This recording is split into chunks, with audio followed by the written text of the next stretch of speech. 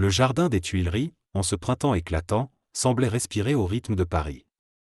Les parterres fleuris exhalaient des parfums subtils, tandis que les statues immobiles observaient silencieusement le balai des passants. Sous un ciel d'un bleu presque irréel, Amina Touré, une jeune réalisatrice franco-sénégalaise, griffonnait frénétiquement sur son carnet. Chaque mot qu'elle couchait sur le papier portait le poids de ses rêves, mais aussi celui des barrières invisibles qu'elle s'efforçait de briser dans l'industrie du cinéma. Au détour d'une allée, Leonardo DiCaprio, dissimulé sous une casquette et des lunettes sombres, arpentait le parc avec une nonchalance feinte. Pourtant, derrière cette façade, il cherchait quelque chose. Ou peut-être quelqu'un. Le jardin des Tuileries, avec sa beauté intemporelle, offrait une trêve fragile à l'agitation de sa vie de star. Mais cette tranquillité allait bientôt être perturbée. Non loin de là, Thomas Leroy, un agent de sécurité au regard perçant, observait la foule avec une vigilance presque excessive. Ses années de service l'avaient rendu méfiant, ses jugements souvent influencés par des stéréotypes qu'il n'avait jamais pris la peine de questionner. À ses pieds, Malik, un garçon de 12 ans, s'était accroupi pour ramasser une petite caméra en plastique qu'il ne quittait jamais. Son amour pour le cinéma était aussi pur que ses rêves, encore intacts. Un cri fendit l'air. C'est Leonardo DiCaprio. La foule, comme aimantée, se précipita vers l'acteur. Dans la confusion, le carnet d'Amina glissa de ses mains, ses pages s'éparpillant sur le gravier. Elle se pencha pour les ramasser, mais une ombre se pencha avant elle. Leonardo. Leurs regards se croisèrent, et dans cet instant suspendu, une étincelle sembla illuminer l'espace entre eux. Thomas, alerté par le tumulte, s'approcha d'un pas rapide, son regard oscillant entre l'acteur, la jeune femme et le garçon au sol. Ce moment, aussi fugace qu'un battement de cils, contenait déjà les germes d'une histoire qui allait redéfinir leurs existences et révéler les tensions cachées sous la surface éclatante de la ville lumière. Dans un monde où les continents flottent dans le ciel, reliés par des ponts de lumière, la civilisation repose sur une énergie mystérieuse appelée l'éther. Ces îles aériennes sont parsemées de cités suspendues, de forêts luminescentes et de ruines anciennes, vestiges d'une époque oubliée. Les vents constants qui soufflent entre les îles rendent les voyages périlleux, mais les habitants ont appris à naviguer en utilisant des navires volants alimentés par l'éther. Cependant, cette ressource vitale commence à s'épuiser, plongeant le monde dans l'incertitude. Lysandre, un jeune cartographe passionné, parcourt les îles pour tracer des cartes précises et explorer les zones inexplorées. Orphelin depuis son enfance, il a grandi avec une obsession pour les légendes des anciens, une civilisation disparue qui aurait maîtrisé l'éther. Sa quête personnelle est de découvrir un moyen de restaurer l'équilibre énergétique du monde. Il est méthodique, curieux, mais parfois trop téméraire, ce qui le met souvent en danger. Aurore, une mécanicienne talentueuse, est la meilleure amie de Lysandre. Fille d'un inventeur renommé, elle a hérité de son ingéniosité et de son esprit pratique. Elle répare les navires volants et conçoit des appareils innovants pour faciliter les voyages. Bien qu'elle préfère rester dans son atelier, elle décide d'accompagner Lysandre, inquiète pour sa sécurité. Leur relation est marquée par une profonde loyauté, mais aussi par des tensions dues à leurs visions opposées du danger. Darian, un ancien guerrier devenu mercenaire, rejoint leur groupe après les avoir sauvés d'une attaque de pirates aériens. Cynique et mystérieux, il cache un passé trouble lié à la guerre pour le contrôle de l'éther. Son savoir-faire en combat et sa connaissance des routes dangereuses s'avèrent indispensables, mais sa méfiance naturelle complique les interactions avec ses compagnons. Ensemble, ils entreprennent un voyage périlleux à travers ces îles célestes, motivés par des objectifs différents, mais unis par l'espoir de sauver leur monde. Alors que la foule s'agitait autour de DiCaprio, Malik, bousculé, trébucha et heurta Thomas, renversant une petite clé qu'il dissimulait dans sa poche. Amina, en ramassant son script, remarqua l'objet brillant et le fixa un instant, intrigué. DiCaprio, profitant de la confusion, murmura à Amina, « On doit parler, je crois que vous savez. » Une tension palpable envahit l'air. Dans une petite ville côtière, Clara, une jeune biologiste marine passionnée, rêve de protéger un récif corallien menacé par un projet de construction d'un complexe touristique. Elle s'associe à Léo, un photographe indépendant en quête de reconnaissance, pour documenter la biodiversité unique de la région. Leur objectif commun est de convaincre les autorités locales d'abandonner le projet, mais ils se heurtent rapidement à des obstacles, des investisseurs influents, des habitants divisés et un maire hésitant, tiraillés entre les promesses économiques et la préservation de l'environnement. Dès leur première rencontre, Clara et Léo peinent à s'entendre. Clara, pragmatique et méthodique, trouve Léo trop impulsif et désorganisé. De son côté, Léo considère Clara comme rigide et distante. Cependant, au fil de leur collaboration, ils découvrent des forces complémentaires dans leurs approches opposées. Un premier conflit surgit lorsqu'un pêcheur local, Adrien, refuse de les aider, craignant de perdre son emploi si le projet touristique échoue. Ce refus met en lumière les tensions sociales profondes au sein de la communauté. Pendant ce temps, une intrigue secondaire se développe autour de Camille, la jeune sœur de Clara, qui s'implique secrètement avec un groupe militant radical opposé au projet. Camille, idéaliste mais inexpérimentée, commence à prendre des risques qui pourraient compromettre les efforts de Clara et Léo. Cette situation tend leur relation fraternelle, obligeant Clara à jongler entre son combat pour le récif et son rôle protecteur envers Camille. Un tournant survient lorsque Léo capture une image rare d'une espèce marine en voie de disparition, mais son appareil est endommagé lors d'une altercation avec des ouvriers du chantier. Cet incident les pousse à reconsidérer leur stratégie. Alors que la pression monte, Clara et Léo doivent apprendre à se faire confiance et à rallier les habitants à leur cause, tout en affrontant leurs propres doutes et désaccords. Un matin ordinaire dans la petite ville de Montclair, le bourdonnement familier des rues est brusquement interrompu par une série d'explosions sourdes venant de la centrale électrique locale. Une épaisse fumée noire s'élève à l'horizon, plongeant les habitants dans une obscurité inattendue. Les sirènes d'urgence retentissent, et une panique s'installe rapidement alors que la ville entière est privée de courant. Ce qui semblait être une simple panne se révèle bien plus grave, des messages cryptiques commencent à apparaître sur les téléphones des habitants, exigeant une rançon pour rétablir l'électricité. Parmi les habitants, Clara, une jeune journaliste ambitieuse, est immédiatement alertée par la situation. Son instinct lui dit que cette attaque n'est pas un simple acte de vandalisme. Elle reçoit un appel énigmatique de son ancien mentor, un expert en cybersécurité, qui lui confie que cet incident pourrait être lié à une organisation internationale de hackers. Clara comprend que cette histoire pourrait être l'opportunité de sa carrière, mais aussi un danger qu'elle n'avait pas anticipé. Pendant ce temps, Lucas, un ingénieur travaillant à la centrale, est confronté à un dilemme moral. Il découvre que des failles de sécurité, qu'il avait signalées il y a des mois, ont été ignorées par ses supérieurs. Rongé par la culpabilité et la peur des conséquences, il décide de collaborer avec Clara pour dévoiler la vérité. Cependant, leur quête de réponse est rapidement entravée par des menaces anonymes, leur intimant de cesser leurs investigations. Alors que la ville sombre dans le chaos, Clara et Lucas réalisent qu'ils n'ont que peu de temps pour agir. Les réserves d'eau et de nourriture commencent à s'épuiser, et l'absence de communication plonge les habitants dans une paranoïa croissante. Motivés par un mélange de devoir et de survie, ils se lancent dans une course contre la montre pour découvrir l'identité des responsables et mettre fin à cette crise avant qu'elle ne devienne irréversible. Le tumulte autour de Leonardo DiCaprio ne cessait de croître. Des passants, intrigués par l'agitation, s'approchaient, leur téléphone levé, prêts à capturer ce moment inattendu. Amina, agenouillée pour ramasser les pages éparpillées de son script, sentit une ombre se poser sur elle. Une femme élégante, vêtue d'un tailleur crème, tendit une main pour l'aider. « Vous allez bien ?» C'était Evelyne Harper, productrice influente à la recherche de nouveaux talents pour un projet international. Pendant ce temps, Malik, bousculé par la foule, tenta de se rapprocher de l'acteur. Mais Thomas Leroy, désormais en alerte maximale, posa une main ferme sur l'épaule du garçon. « Doucement, gamin, grogna-t-il, sont-on plus dur qu'il ne l'aurait voulu ?»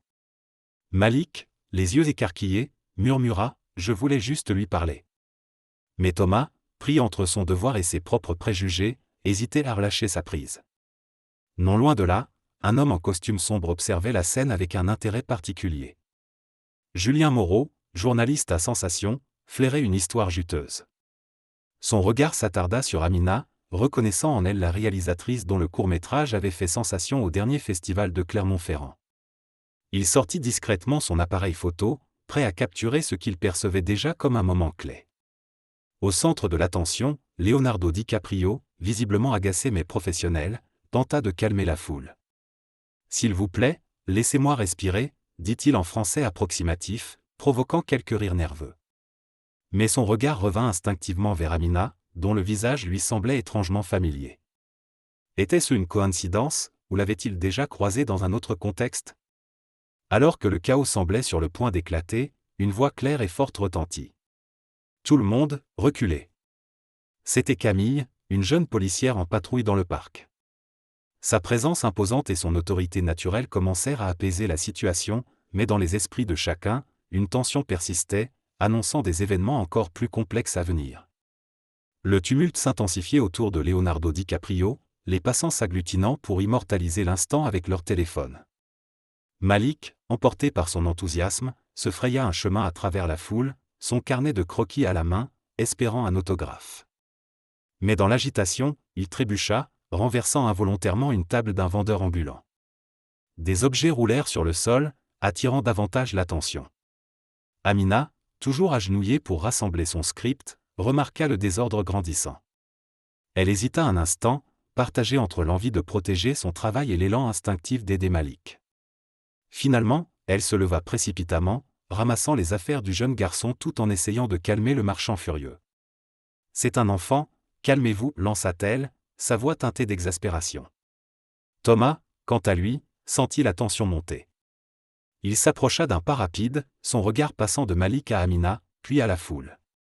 Ses années d'expérience lui dictaient de garder le contrôle, mais une part de lui, influencée par des jugements inconscients, le poussait à surveiller Amina et Malik de plus près. Reculez, tout le monde. Laissez le passage. Pendant ce temps, Leonardo, assailli par les fans, tenta de se dégager. Mais son attention fut attirée par Amina, qui aidait Malik à se relever. Quelque chose dans son visage lui semblait familier, une image floue remontant à un festival de cinéma où il avait aperçu un court-métrage captivant. Il plissa les yeux derrière ses lunettes, intrigué, avant de se tourner vers Thomas.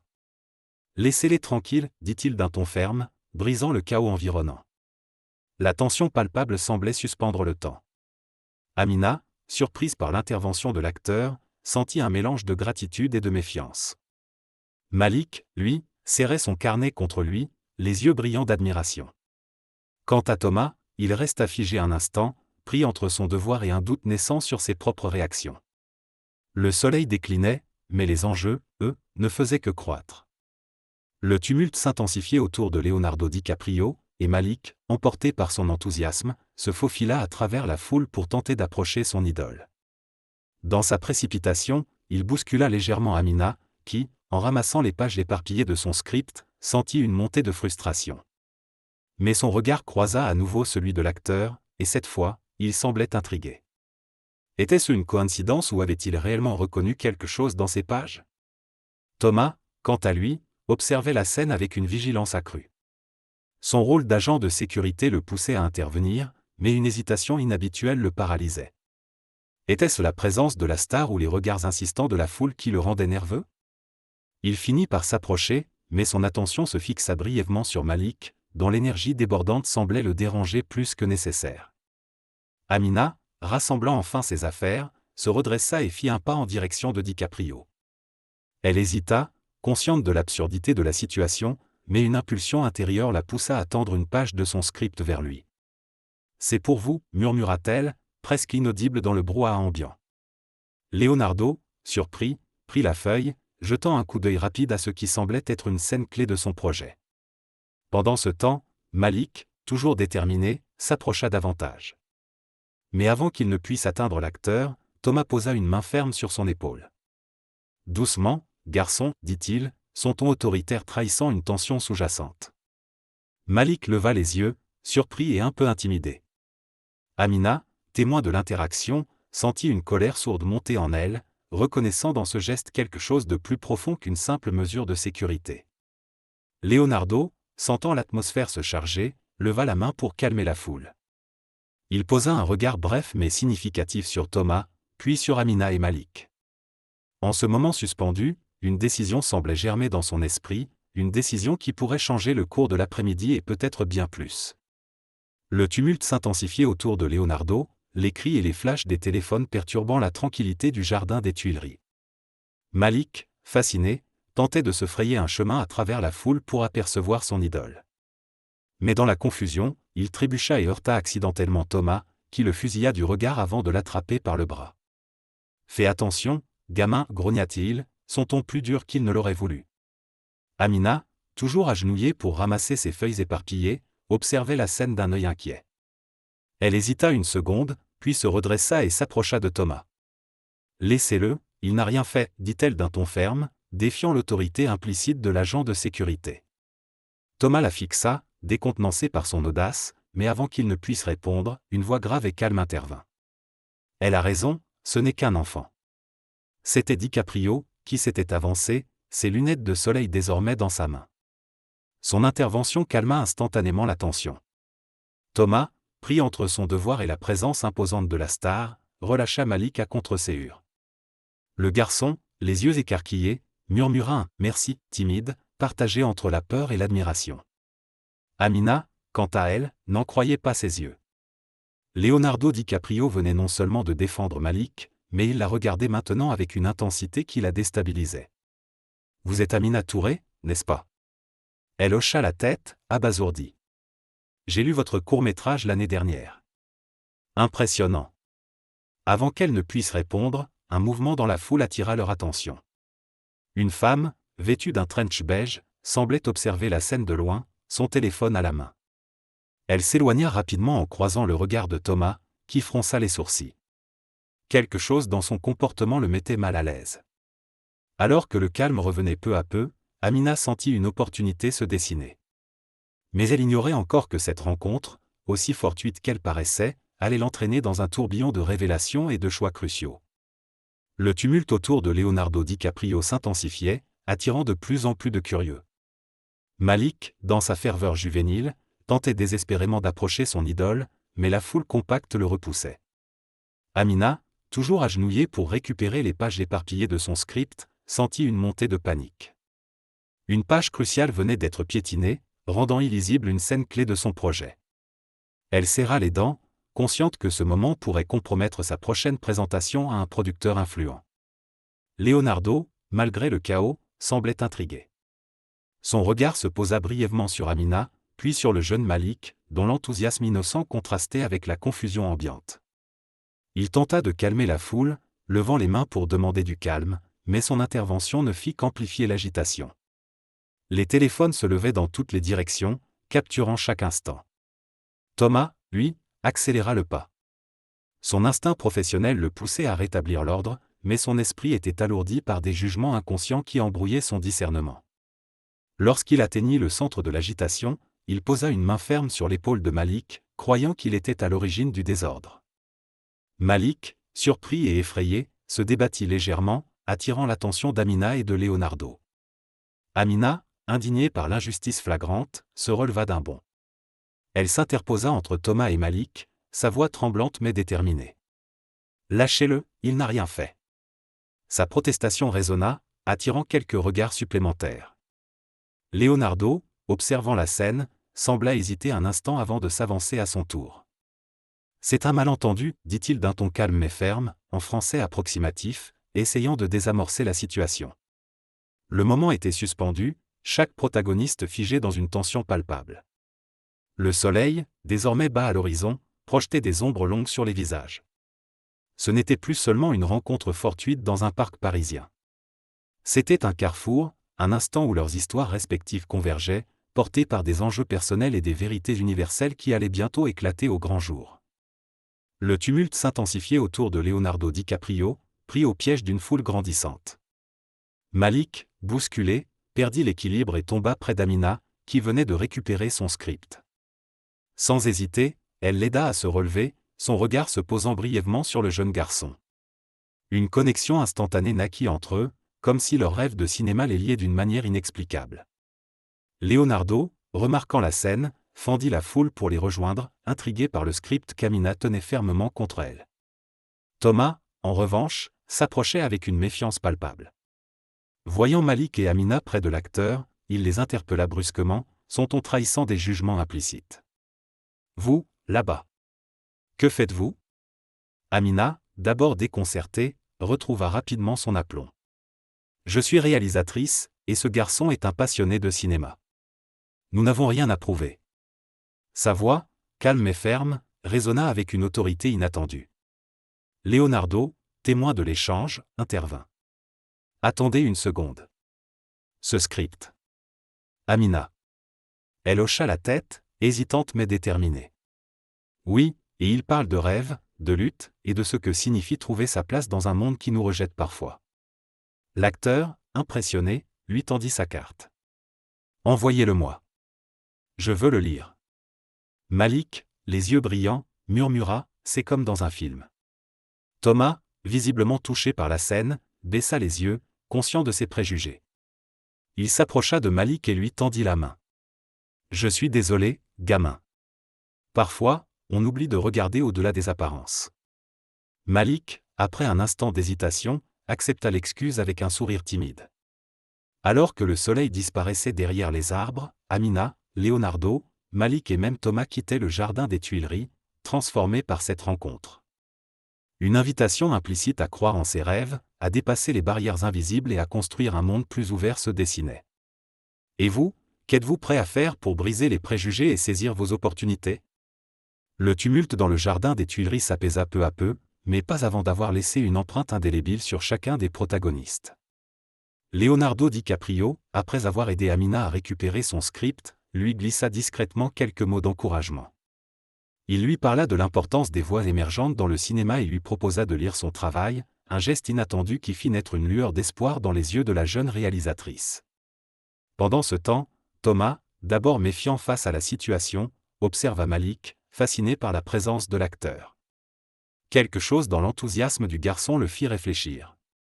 Peut-être était-il temps de remettre en question les jugements hâtifs qu'il portait sur les autres. Ce moment de vulnérabilité lui permit de se reconnecter à une part de lui qu'il avait longtemps ignorée, son propre amour pour le cinéma, enfoui sous des années de routine. Malik, quant à lui, repartit ce soir-là avec un souvenir qu'il chérirait pour toujours, une photo prise avec Leonardo et un encouragement sincère de l'acteur à poursuivre ses rêves. Ce simple échange fit naître en lui une étincelle, une conviction qu'il pouvait, un jour, raconter ses propres histoires à l'écran. Amina, galvanisée par cette rencontre, se promit de ne pas laisser passer l'opportunité. Cette journée lui avait non seulement offert une chance inespérée, mais aussi une prise de conscience, son histoire, sa voix, avaient le pouvoir de toucher les autres. Elle se jura de mettre à profit ce moment pour briser les barrières et ouvrir des portes pour d'autres comme elle. Alors que le soleil disparaissait derrière les arbres, laissant place à une douce pénombre, chacun repartit avec un fragment de transformation. Cette journée dans le jardin symbolisait bien plus qu'une rencontre fortuite, elle incarnait la possibilité de changement, de rédemption et de rêve. Et si l'on devait retenir une leçon, ce serait celle-ci, parfois, les chemins les plus improbables se croisent pour rappeler que le pouvoir de croire en soi peut tout bouleverser. Alors, qu'attendez-vous pour écrire votre propre histoire ?